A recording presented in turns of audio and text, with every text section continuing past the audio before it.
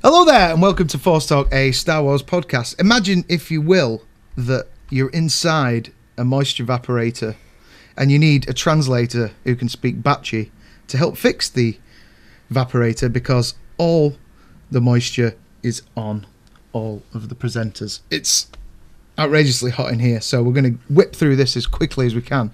I know an hour's probably not that quick, but there you go. So we're going to be covering some Star Wars news that we've picked up as usual.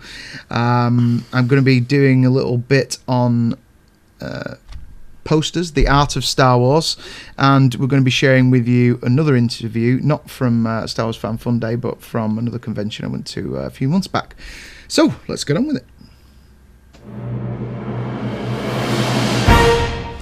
Okay, Star Wars news. So there's quite a few bits and pieces here. First of all, from Inverse.com, we've got Edgar Wright hints that he has a Star Wars project coming. What? Yeah! So, of course, the director of Shaun of the Dead, Hot Fuzz, Scott Pilgrim vs. the World, The World's End, blah, blah, blah, blah, blah. Oh, my God! And his latest project, Baby Driver, not sure about this. I've not seen this I've yet. heard it's critically a darling. Really? Is that true? Yes. Oh, well, there you go. Well, jolly good. So, anyway, he was quoted as saying, they said to him, are you ever likely to direct a Star Wars movie? To which he said, I guess so, yeah. I have something crazy, but I can't tell you. Is that an impression? I've not really paid enough attention to his voice to be able to do an accurate impression, to be honest. You know, I may have been able to do a Simon Pegg or a Nick Frost, you know, a push. But then when asked to elaborate, he said, you'll have to see it Christmas. So we can assume that it's probably not this Christmas, because we know what's coming out this Christmas. Mm-hmm. But for news of a new film could be dropping like any time, really, couldn't it? But they have kind of really subtly put a picture of Edgar Wright next to a picture of Boba Fett. I really hope it is. Yeah, but then again, no, that could just... And Daniel Logan has actually been fitted for a full Boba Fett costume, so fingers crossed He has. Hi, Daniel. That is pretty cool, actually, yeah. That's young Boba Fett from Yeah. the prequels, Yeah. in case you were sat at home like, who's Daniel Logan? That's him. Mates with him on Facebook, actually. Mm-hmm. So, Oh, Paddy's got a mate. Oh, Oh, I've well got done. Star Wars friends. Whoa. Copyright. So would you be up for him directing a Boba Fett film, or would you like to see him do something different? If he was going to do something crazy, what could you imagine that might be as a Star Wars project?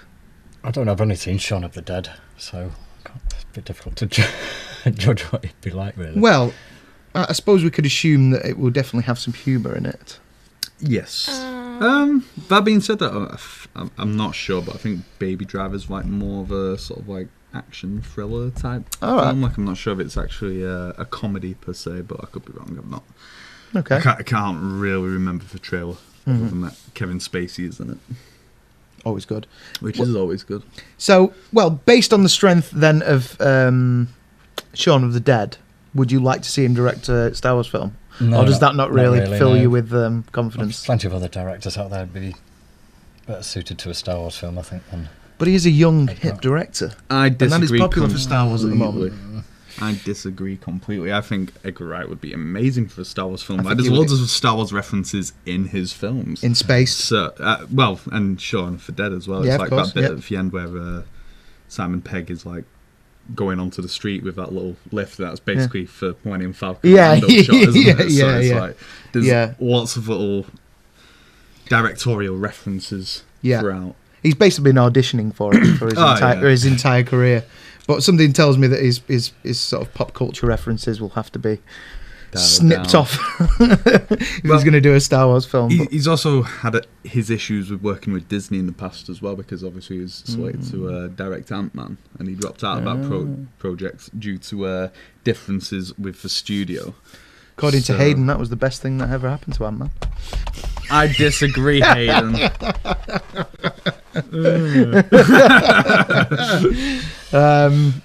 Well, there you go. Well, what about Sarah? What does she think? It's Boba Fett, straight up yes. Yeah, if it's Boba Fett, it's straight up yes. Right, okay. Anything Boba, Mando, I love it straight away. Well, that of course. But what do you think?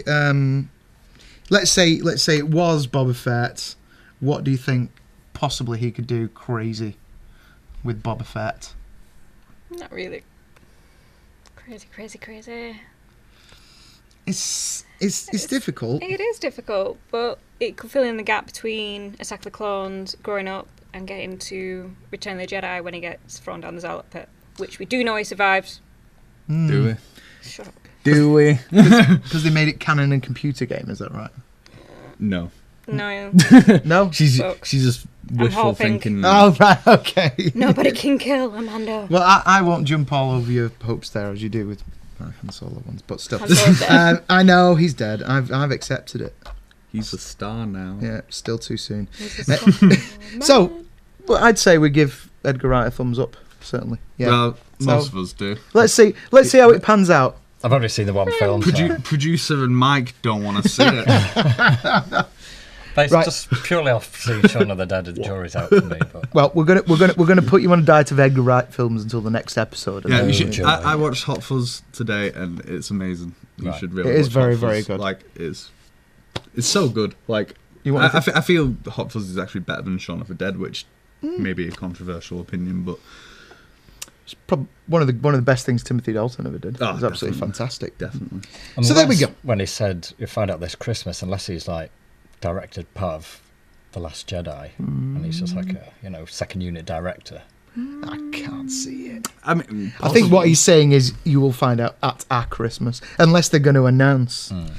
Does like he you were say? saying. Does he say Christmas or He says you'll you'll see see at Christmas. That suggests it's this Christmas, sure. So it might be a trailer. Might release a trailer with the movie. You never know. They might have kept a project entirely secret, other than Han Solo. Be interesting. possible. So there you go, Edgar Wright on Star Wars. So that'll be pretty cool. Right, what we're going to look at next was Snoke's region of origin discovered in The Last Jedi? Question mark. This is from K Movie News Blogspot. Supreme Leader Snoke's true identity will not be fully revealed in The Last Jedi.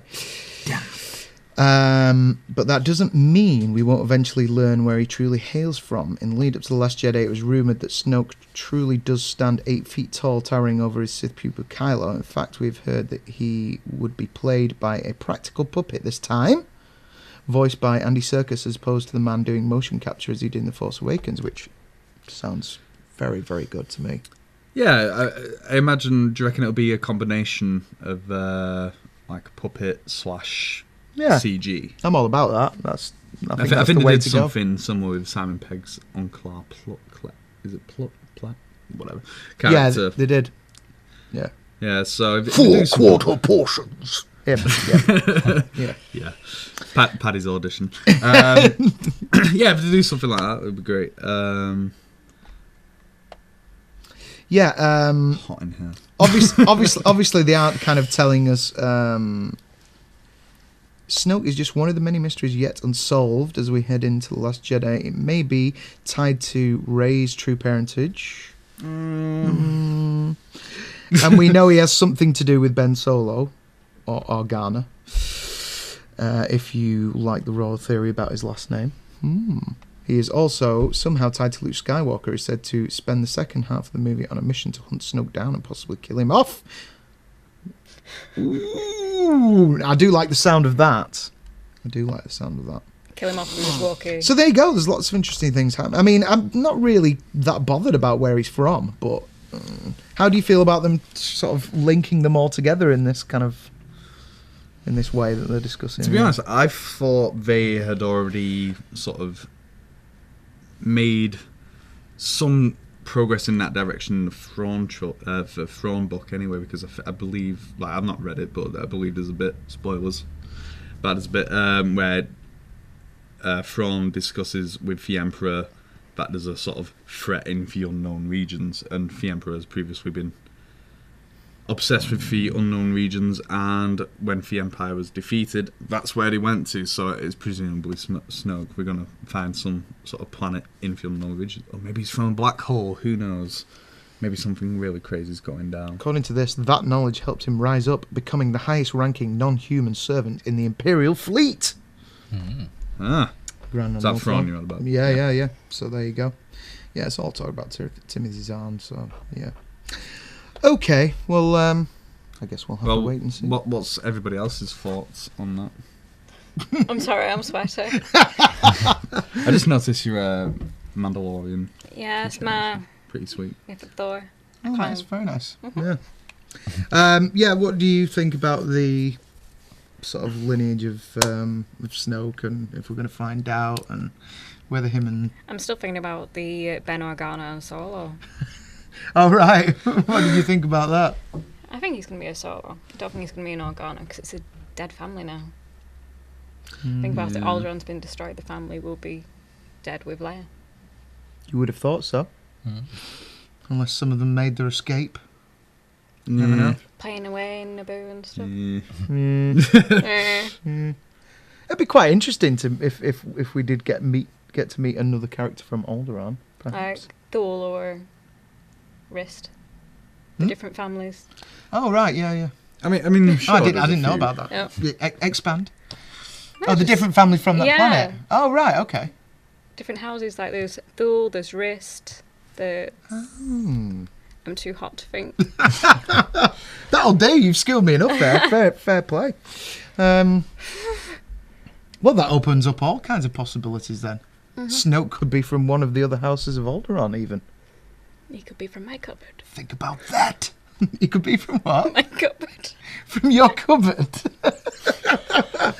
What, like the airing cupboard where you keep your washing? Yeah. Snoke smells very fresh. Blow me. Sorry, wrong podcast.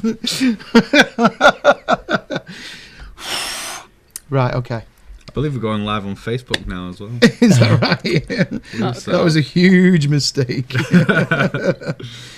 Right, okay, so moving on. What else have we got? Moving on then.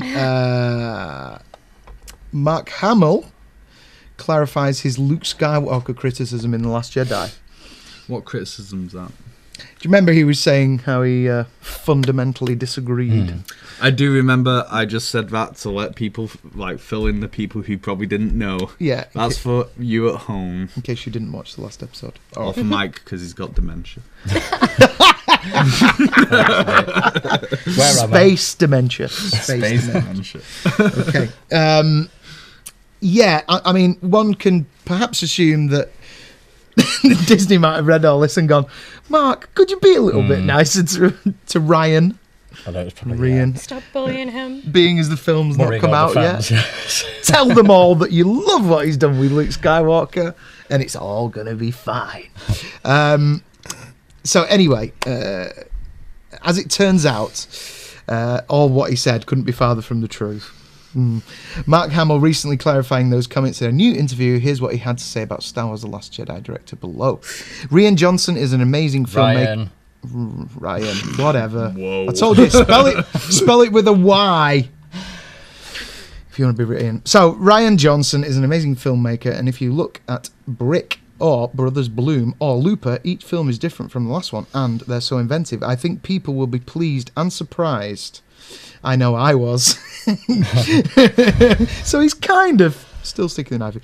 I got in trouble because I was quoted as saying to Ryan that I fundamentally disagree with everything you decided about Luke, and it was inartfully phrased. What I was surprised at how he saw Luke, and it took me a while to get around to his way of thinking. But once I was there, it was a thrilling experience. I hope it will be for the audience too. It still doesn't convince me that it still doesn't fundamentally. It just feels like there was like somebody's hand it's from Disney in his head going. I like the way he quotes it word for word, that I fundamentally disagree with everything you decided. Yeah. And it took me a while to get around to accepting that. When they reminded me how much I was going to get paid for this movie. Makes you wonder though what Ryan, how he sees Luke. Maybe as Don't know. I don't know. We'll have to wait and see. Well, it kind of Got to does. surprise everyone. Does it lend itself to this whole Grey Jedi thing? I mean, we did kind of half discuss that, but you didn't get to pitch in on that. No, I don't mind the idea of the Grey Jedi thing, but it's when you look at George's idea of the light and the dark, and the whole purpose of Star Wars was to be like an example to children how to live your life. To now say, oh yeah, you can be a bit evil, you can do bad things and good things. It doesn't matter. It's You can Beat do a up bit some of both. grannies Tap into the when dark you're side like, when you just want, pay you know, your just- taxes, we'll all be fine. so it depends what they mean exactly by Grey Jedi. Hopefully, it's not like you can just use the dark side and fry people with lightning as and when you want, and it's okay. Well, Yeah, I don't know. unfortunately, there's not really any real practical application of that. I can think of a few. Oh, fair.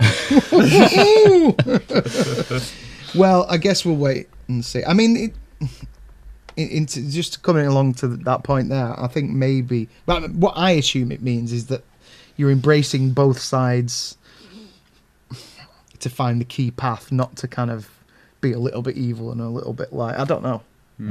It's like you're gaining the whole picture by learning.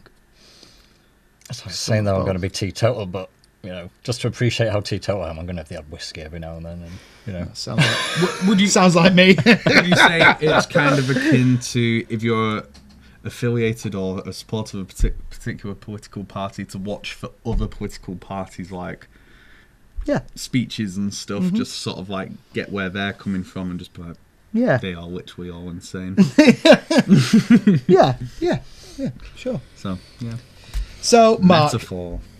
Mark really thinks it's going to be fine. So it's going to be. He does. He genuine out of his mouth. That's his thoughts. And because it's in writing, it's got to be sincere. That's how it works. Right. So, can you pronounce that word for me? Praetorian. Right. Photos of Praetorian Guard, Executioner, Stormtrooper, and new AT-AT from Star Wars. The Or last. 8080. 8080, Last You Jedi. wouldn't say at would you? I suppose you would. At. I mean, I was kind of going off what I would call them as a child, which was Was that an AT-AT. 80 MB? Is that B or 6? It's very blurry. Yeah, the You picture can find quality, it on- All-terrain. as it's a leak, the picture quality is kind of crap, but I'm trying to work out what it is. All-terrain, massive mobile. badger Beast. Badger! It is. It does look like a badger because it's got a big. No, it's got a hump. So it's got a big cannon on its back. Which, Yeah. of course, all badgers have. What badges have you seen? All badgers have huge. It's got a tongue as well hanging out, which is a bit random from where I'm sat. Have you not? That's just why they like banned badger baiting because they were all Big carrying. ass teeth. Just like- Because you're going to They shot. were all carrying shotguns for protection. That's why. It does look quite cool, actually. It does. Do you notice though? Is it just me or does it look like it's Hunched. like a kind of Well, like they an called it a ape? gorilla walker, didn't they, Yeah. originally? So maybe, they've gone. They've gone from back. gorilla to badger. I think What?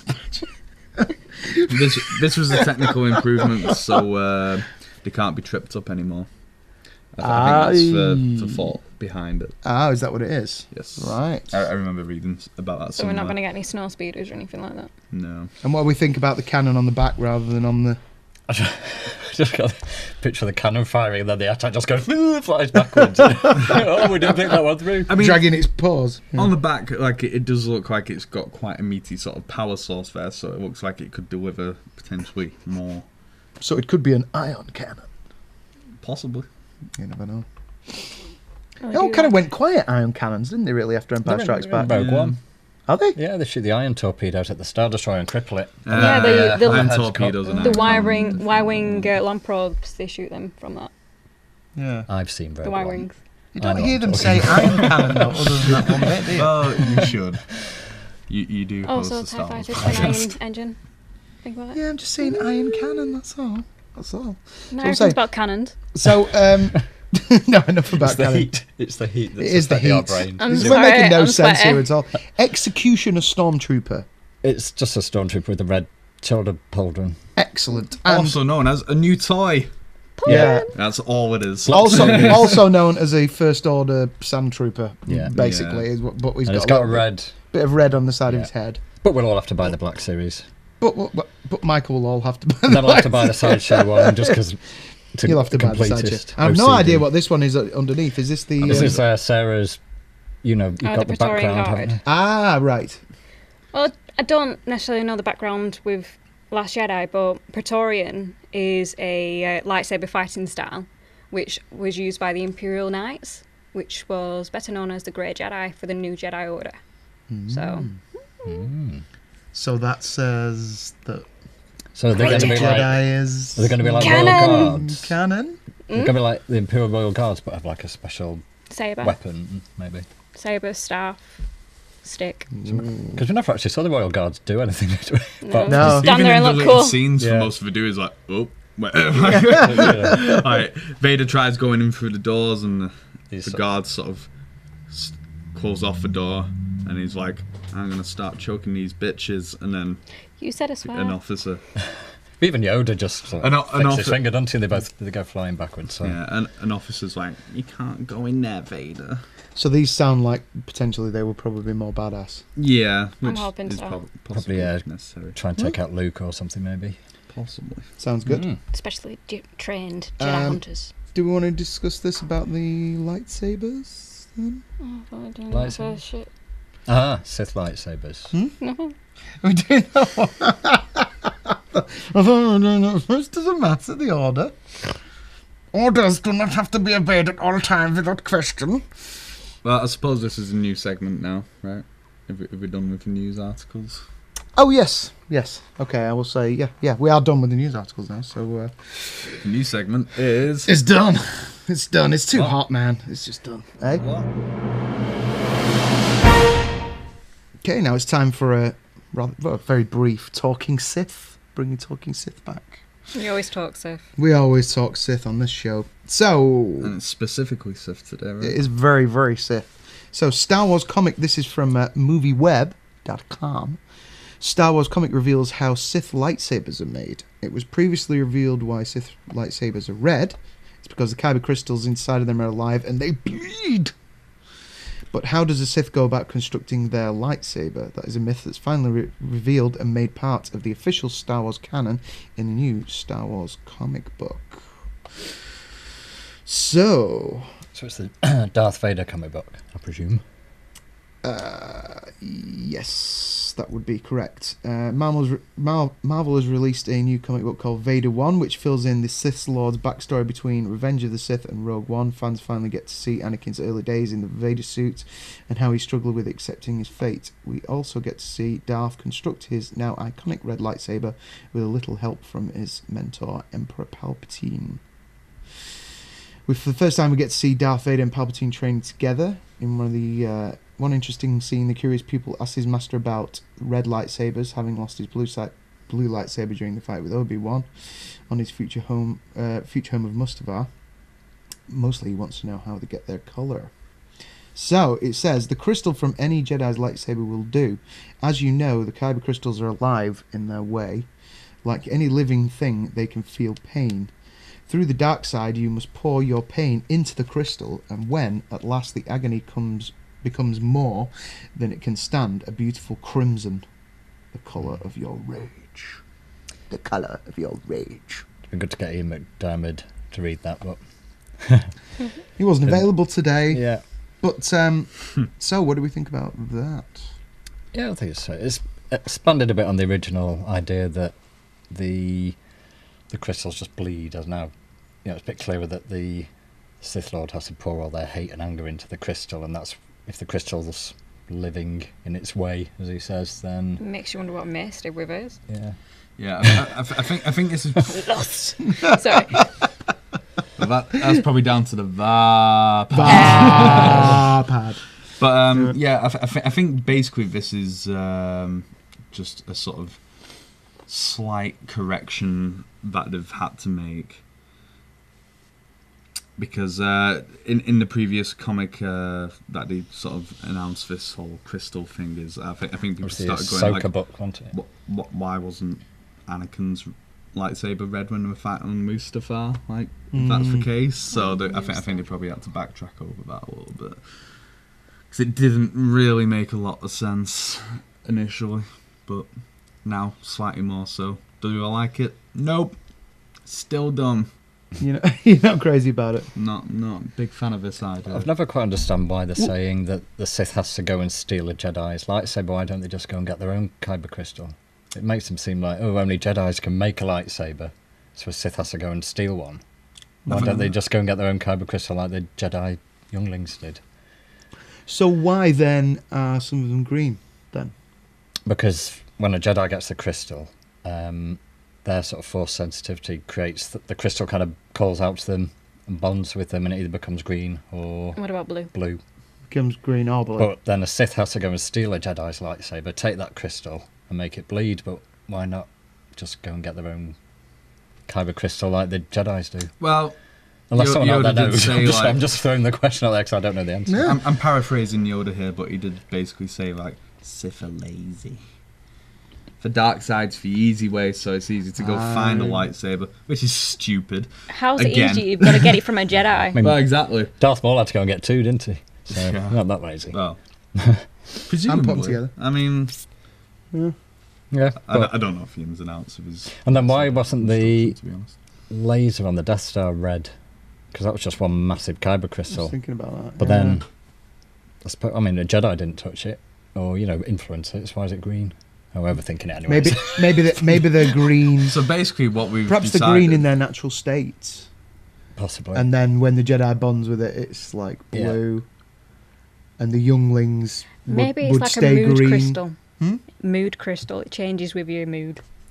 So what would you say? Mood crystals. Mood crystal. That explains why the Jedis have long hair, man. What would you say is the difference in mood between Qui-Gon Jinn and Obi-Wan Kenobi then? Because blue and green. They are basically the same character. It's just that. Yeah, but Qui-Gon seems a bit more hippie-ish, Yeah, but Luke was, and mind you, his blue lightsaber wasn't his, was it? So. But he made the green one. He made a green one. Jedi, yeah. But yeah, why is Mace's purple? Is he a grey Jedi? No, he weren't a grey Jedi. It's the Va part. Well, we don't know that, but we're just guessing. It might come in the Mace Windu comic. It might. I think he poured his tasty beverage into the crystal, and after about the cheeseburger? After a big Kahuna burger and job done. Yeah. I do want to read that comic though, because I don't read the comics, must admit, but it does actually sound quite good. Well, you can probably download it for your phone, True. There you go, modern technology. So Comixology. Check it out. There's an app that I used to use, as well as DC and Marvel comic apps. Yeah. If you want to go direct, I think it's a Marvel comic, Star Wars stuff. So if you download the Marvel app, you'll probably be able to find it on that. It is. Check out Darth Vader #1 by Marvel Comics. And just before we get out of talking Sith, we'll just do a very quick mention again for the Club Star Wars competition. And this will be appearing on your screen right now. Artwork is absolutely required to be an original piece of work. Artwork must be saved in high definition and be 1920 by 1080 in size. Gamer tag must be included with your submission for proper identification. Final works must be submitted to clubstarwars@outlook.com. The duration of this contest will last a few months, thus giving artists a proper amount of time to complete their work. The draw date is up to Force Talk. So we're going to decide. The winner will have their original artwork displayed for 6 months at least for thousands of Star Wars fans to admire and enjoy. May the Force be with you. And just to let you know also that we had our first submission from Chipper. What was it again? Chipper My Dipper. Chipper My Dipper. I can assume that's your gamer's tag. So thanks very much for that. Nice one. Well done, Chipper My Dipper. And keep them coming in, everyone. Nice one. Okay, welcome to the Art Awakens. We're going to be discussing Star Wars posters through the years. And in this particular episode, we're going to be discussing, of course, Star Wars A New Hope. We've just had the 40th anniversary. So looking at the first one I've got here, this is the very first Star Wars poster and was unveiled at San Diego Comic-Con in 1976. Art by Howard Chaykin. And as you can see, it's very, very comic book orientated. I've never seen this before. Have you not? No, this is first time seeing it today, and that's a bit of schooling for you. Yeah. Like I thought there was no Star Wars stone I'd left unturned, but Here you go, Paddy. School me once again. That's big. Well, this is my particularly nerdy corner of the Star Wars universe because I got into poster collecting in the mid-90s when I was still in school, basically. So I went to a film fair to track down some of the books and like comic books that I was missing that I was always looking in second-hand bookshops to find. And I went into film fair in Manchester, and they kind of went, oh yeah, and you can buy these cinema posters things, and you can get these press kit things, and it was just like, whoa.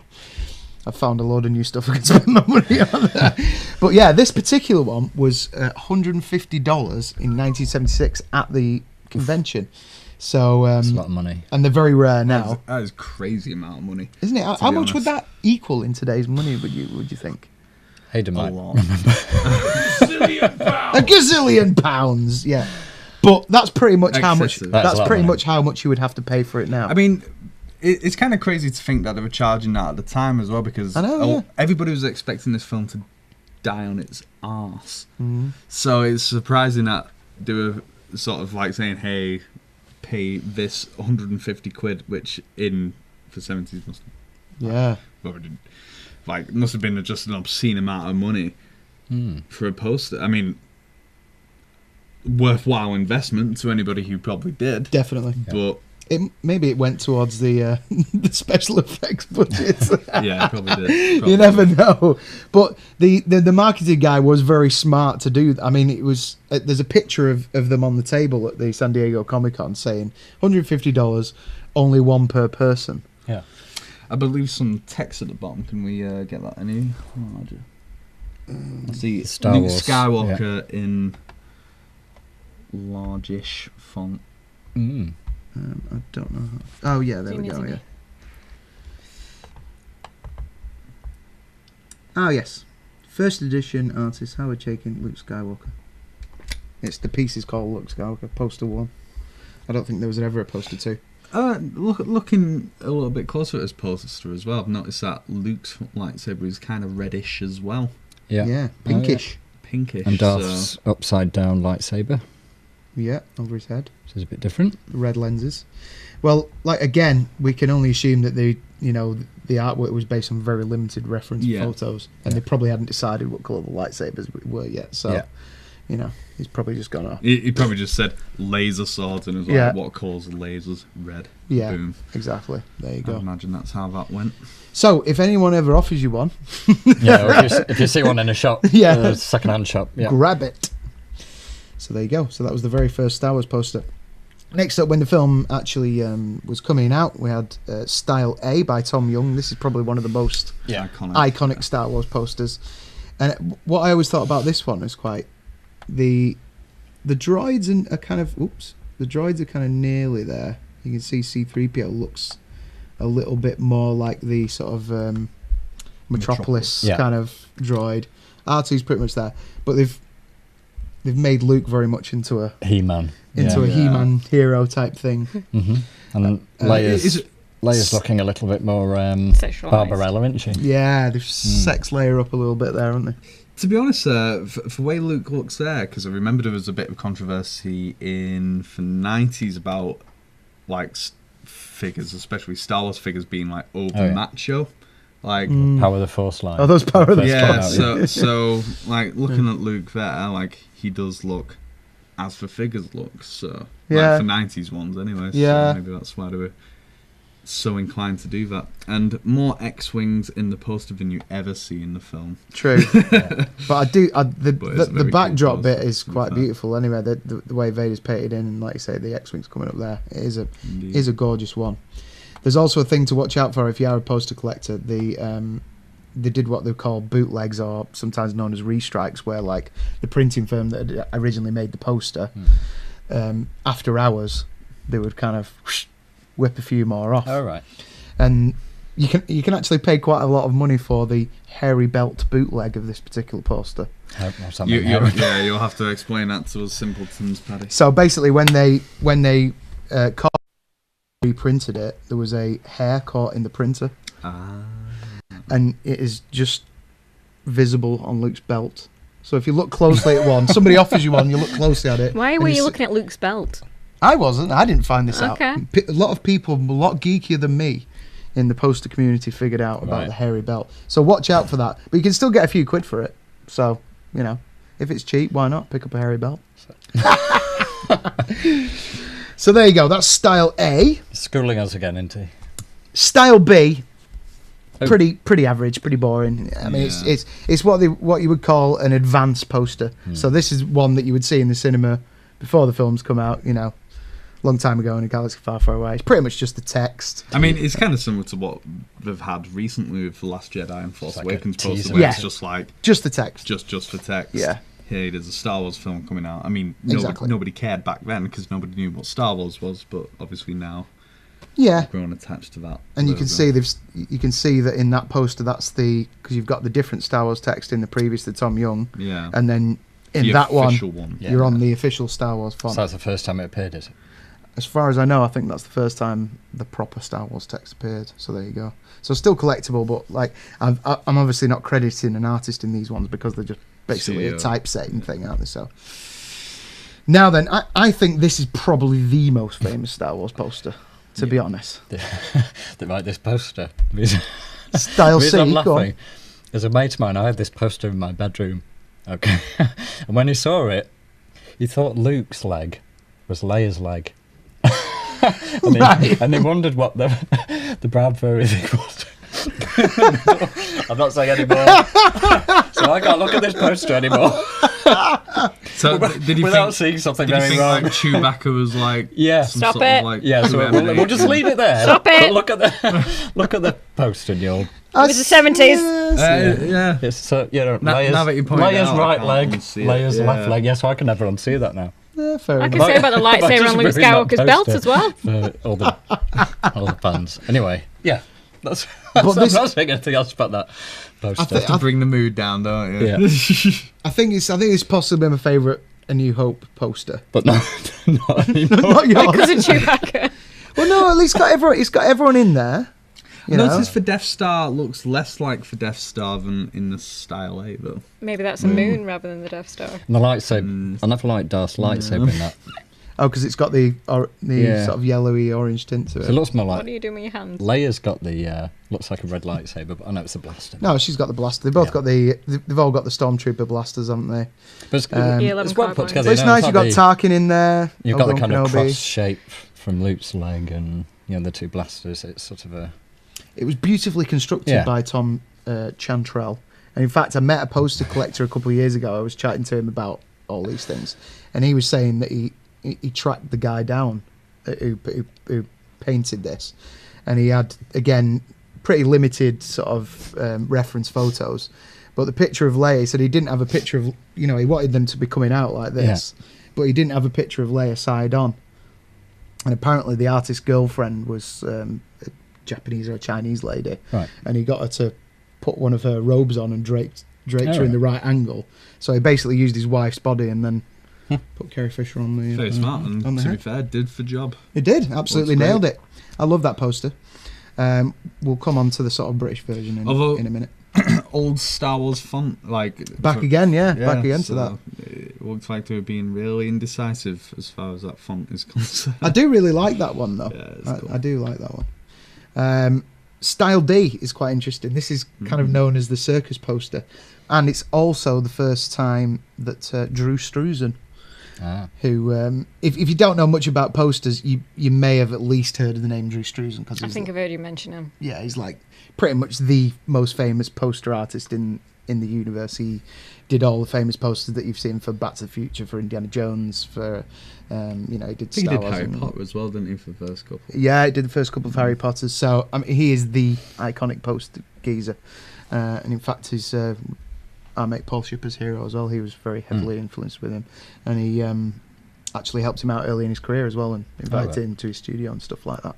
So very cool guy. But I'm not quite sure why it was two artists together. The Style D, but that's known as the circus poster.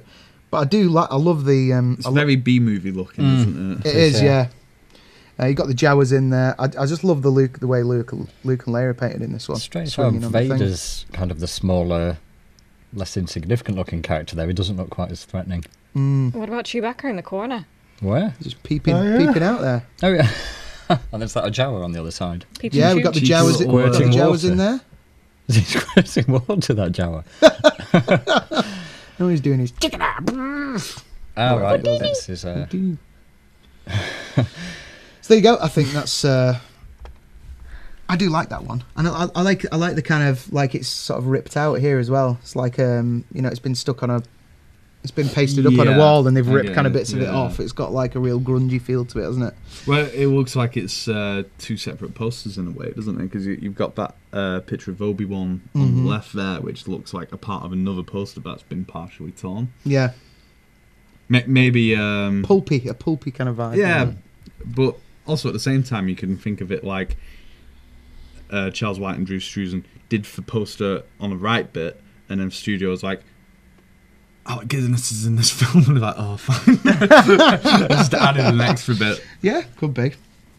But I do like that one as well. I've got that one, and I've got the style. I've not got style C. It's kind of hard to get hold of. This one is really, really nice. This is kind of an expansion of the style A Tom Young one, where you're getting to see a lot more of the characters in there. Luke in there again. The closing ceremony. Obi-Wan Kenobi. That's known as a half sheet. I've not seen that one, I don't think. Yeah, it's very cool.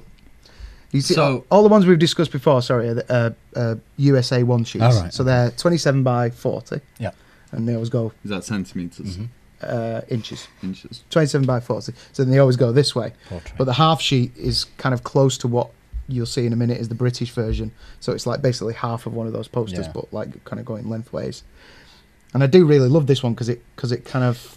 It uses all that space for the art. It reminds me like back in the 80s, if you remember, outside the old cinemas, you used to get all the actual pictures of the films that were on. You don't get that now in the cinema, do you? Front of house sets. You used to actually get all yeah, but no, actually outside. The old cinemas used to get like the posters in a glass box. But yeah, the quads is the British version. The quad. Oh, you get the front of house sets, like 8 stills from the film as well. Yeah, underneath. Yeah, that's a whole other. That's a whole other show. But that was by Tom Young as well, who did the style A. So he's obviously kind of tweaked that artwork a bit, hasn't he? Because Leia still looks sexy, but they're in a kind of much different pose. So that's that one. Again, the Star Wars Miler. That's basically like just a shiny version of the previous one. So coming to your galaxy this different summer. font though, like a bit of a weird take on the W there, isn't it? Oh yeah. I didn't notice that. Yeah, well spotted. Like an upside down M. But yeah, that's on like a kind of shiny gold thing, so that one's quite valuable as well. That's another advanced poster. Now, I've seen that one, yeah. This is Rocking Horse also. So here we're getting into British quads. So the British quads are 30 by 40, and they go horizontally always. This particular artwork, this guy didn't have any reference photos for Luke or Leia, as you can probably tell. In fact, it's 2 brothers, Hildebrand brothers, who did this artwork together. Now, basically what happened was they produced this one, and as you can see, it's virtually the same layout as the Tom Young, the Style A. But apparently they did this, printed it up as a quad, and the Spanish release also, the main release, had this artwork on it. Right. But that was it. Because basically they issued this as a British quad and then withdrew it. Oh, right. So if you... but people do have a very limited amount of copies of the Hildebrand art. If you have got one, 2, 3, 4 grand, 5, 10. You name it. I could never pay that much for a piece of paper. It is crazy. It's an illness. It's a sickness. It's a piece of paper. It's a lot of money. But there you go. That's Hildebrand. Withdrawn. Coming back to Cantrell again, which we had on the Style C. This is the quad, which is the British version of it. I have that in my bag for life. You have that on your bag for life? Yeah. That's good. Yeah, that's true. I've actually got this one, but it was released in '79, a couple of years later, with the Oscars thing on there, saying what Oscars they won, which is worth a bit less, but still. Yeah. I picked it up for 25 quid in the 90s, and I could probably get 400 maybe for it now. So those were the times when you could get in. Last couple now as well. So this is the poster for the radio drama. So do you know about these, the Star Wars radio dramas? I've actually listened to them. And they're terrible, like super cringe. It's like For starters, none of the main cast are in it apart from Anthony Daniels, because of course Anthony Daniels is going to be in it. He's always going to be. I think Mark Hamill does it though. Mark Hamill does his voice. I thought he did. I think so. In at least the first one, no? I'm not sure. I think he does. I recall only listening to Return of the Jedi. I think Could be wrong.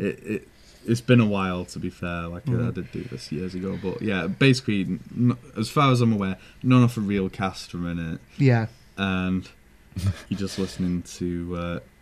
If you thought the acting in Star Wars, the film was bad, check out these radio plays, because ooh-wee, they take it next level. Whereas Anthony Daniels still, yeah, well, he's actually the best part. Yeah, well, of course. It's him. He'd be glad to hear that, I'm sure. And I think he gets more lines, because... Yeah. Of course he would. But the thing is, these were clearly the kind of, like, bridging the gap that they didn't have for, like, video releases and stuff like that, wasn't it? I mean, video was still in its infancy, so to share the film after it had been in the cinema with the public was like put out an because they had those audio records as well. Yeah, I've got one of those. Have you got one of those? I've got all three from the original trilogy, the big 12-inch vinyl. Yeah. Story of Star Wars, which are really good because they've kind of got the story continues on side B. Yeah, yeah, exactly. Yeah.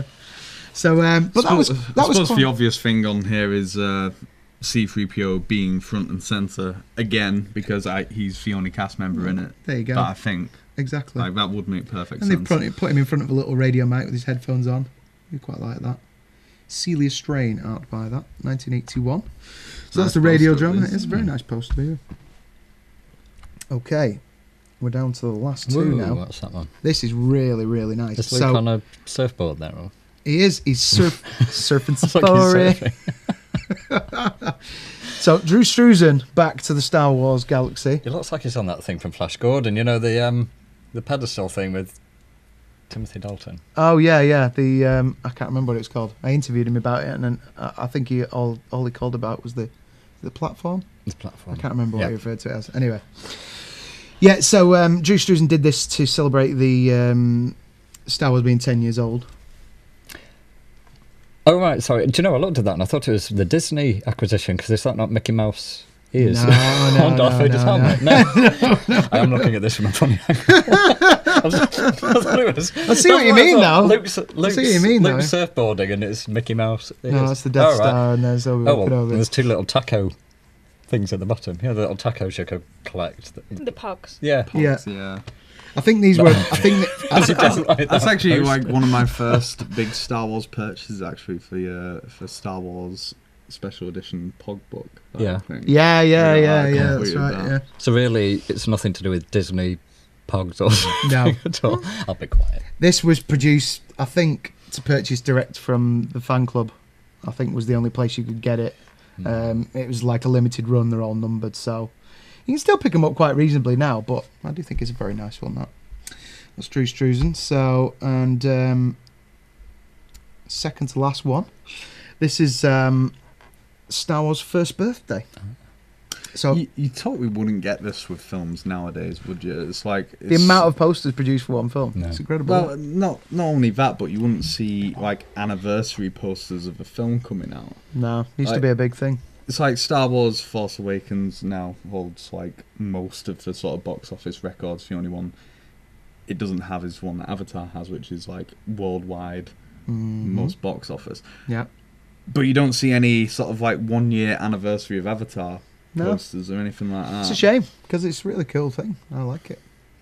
I mean, one can only sort of guess that this was also a bit of an advert for the Kenner figures, which the production was starting to flow now, and they were actually starting to come out and stuff like that. So you've just got a load of Kenner figures around a big Star Wars cake, basically. Yeah. So there you go. I think this is the only post with a Tusken Raider on it as well. That's true. Well spotted, yeah. Yeah, we've got a little Tusken Raider at the back there. What's the candle? Is it a lightsaber? Or is it literally just a candle? It's a candle. Literally just a candle. That was unimaginative. But it's not melting, so...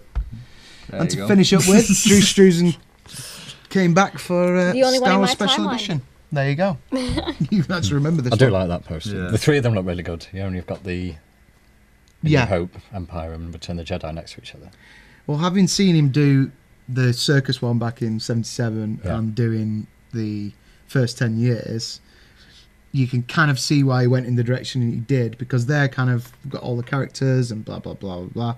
Whereas with the special editions, he kind of went for a concept. So the first poster's got the heroes on it, hasn't it? The second poster's like, which we'll discuss later, is like baddies, and then, you know, creatures on the third one. So you kind of look at it as a whole piece, and it kind of represents it. But for me, that was the only thing I didn't like, was that they weren't representative of each film. They were just kind of like a concept of that film. And I'm also quite anal about them picking the right pictures to include, whereas the picture of Leia that he's used there is from Empire Strikes Back, not from A New Hope. But that's just me being picky. But it is a very beautiful piece. So there you go. That's it on Star Wars posters. I won't bore you any further with it now. Do you know what? now that you mentioned it, I think the Obi-Wan might be as well, because I think that's from him. Appearing, yeah. Could be, yeah. Yeah, you're right. Still, it works. It's good. It does. It's a nice poster. It's nice. So there you go. That's the Art Awakens.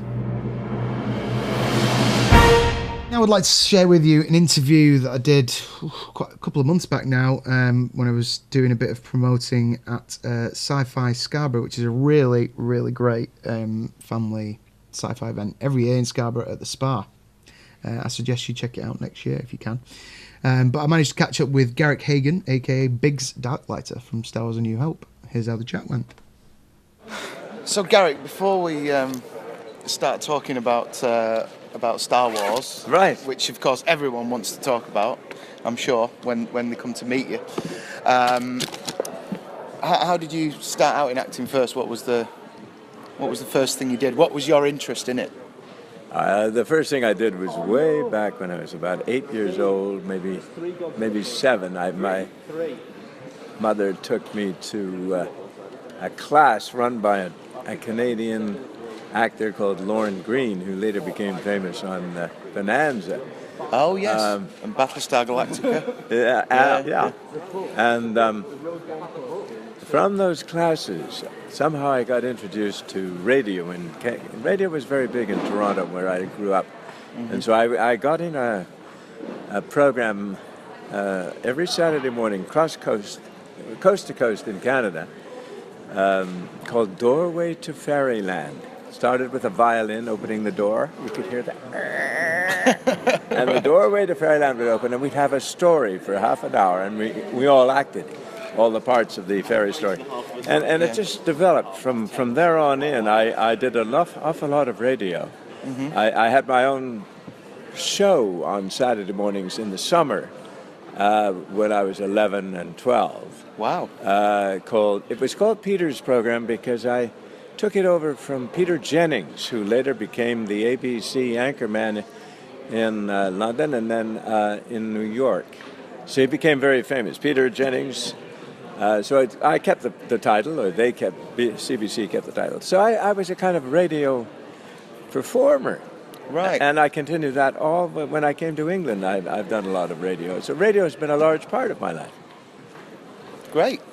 So, obviously, well, it will have been, it's 41 years ago now that he actually shot the film. Wow. Obviously, this year is the 40th anniversary of Star Wars. And so how did the role of Biggs Darkighter Biggs came come about? Because later on in my Canadian career, I went to school, I worked at the Stratford Festival.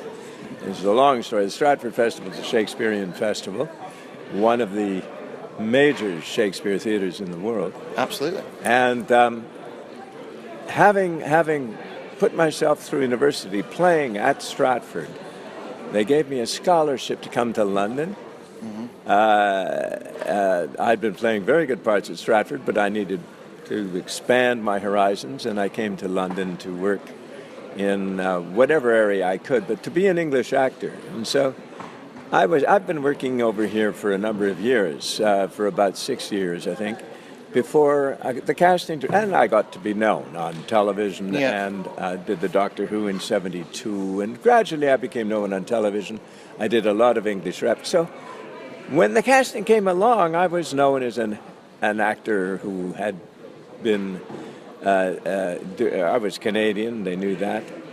And I went up along with all the other actors who were American or Canadian, North American actors who were in London, and met George.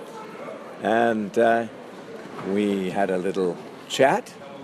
And I think within a very short time, I'd been offered this role, which I didn't really know much about because he didn't say much about it at the interview. I didn't read for it.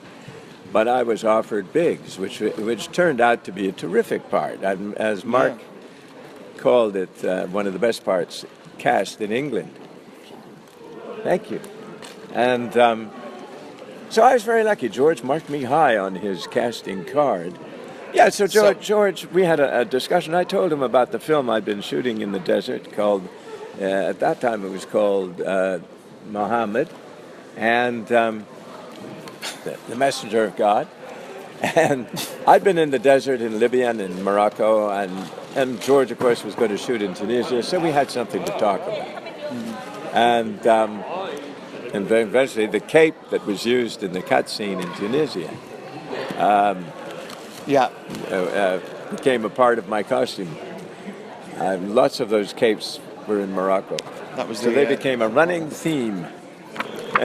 Yeah, so I mean, I was going to ask you a little bit about this because obviously that scene ended up being deleted. Yeah, what we call the deleted scene. I think because of that, I've become a kind of cult figure because that scene figures very largely in the storybook, the original storybook of Star Wars, and it's a scene that introduces the friendship between Biggs and Luke, and gives him a bit of background. So you've got.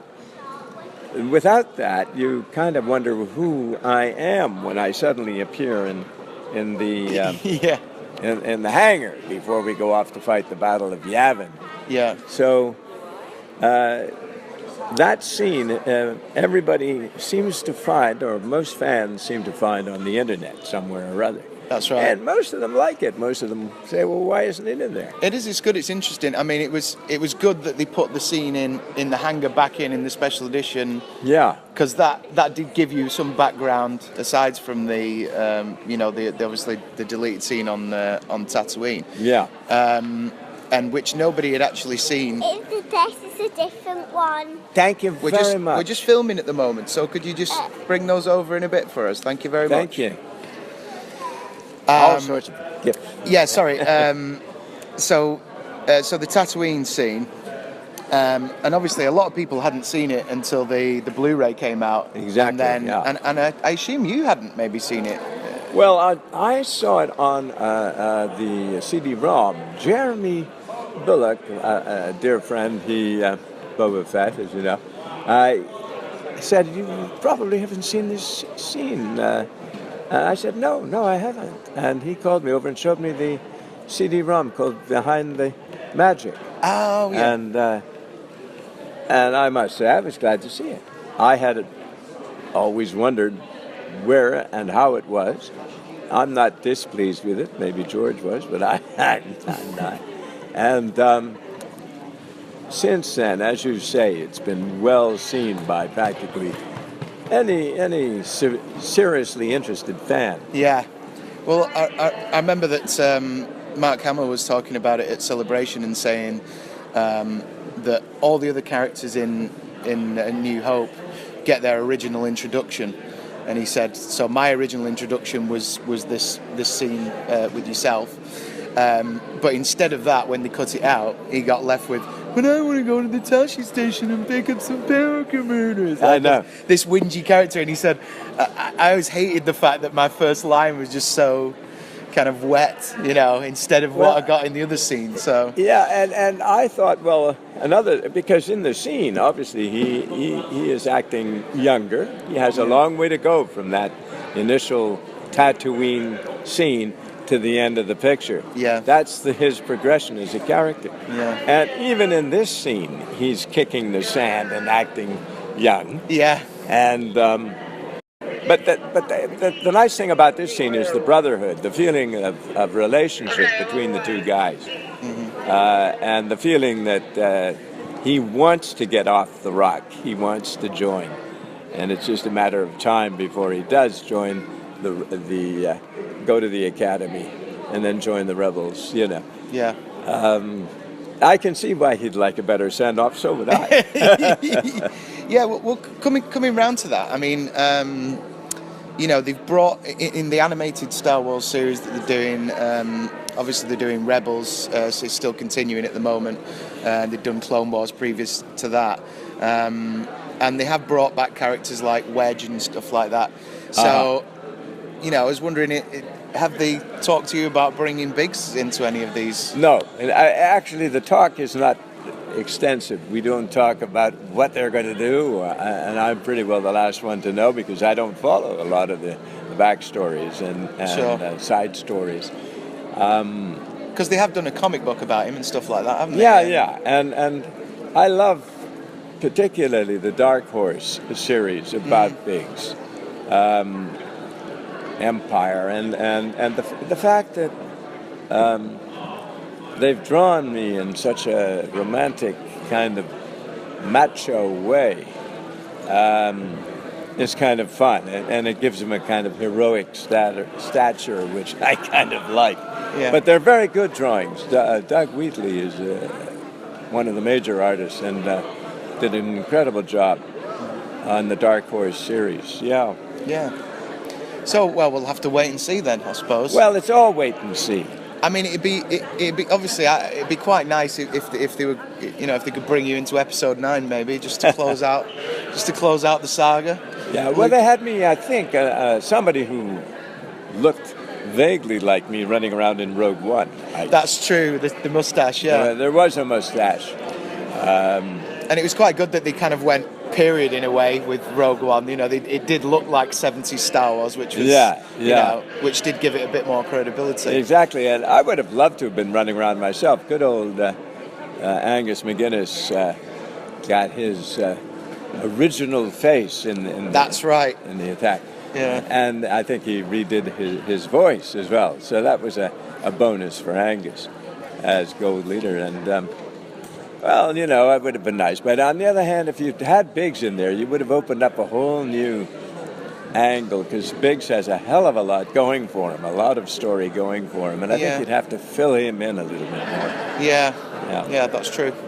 So, well, we'll quickly close out because I know we're basically here. Yeah, it's getting busy. We're here at Sci Fi Scarborough and people are walking past the camera and people are getting ready to come and get autographs from Garrick.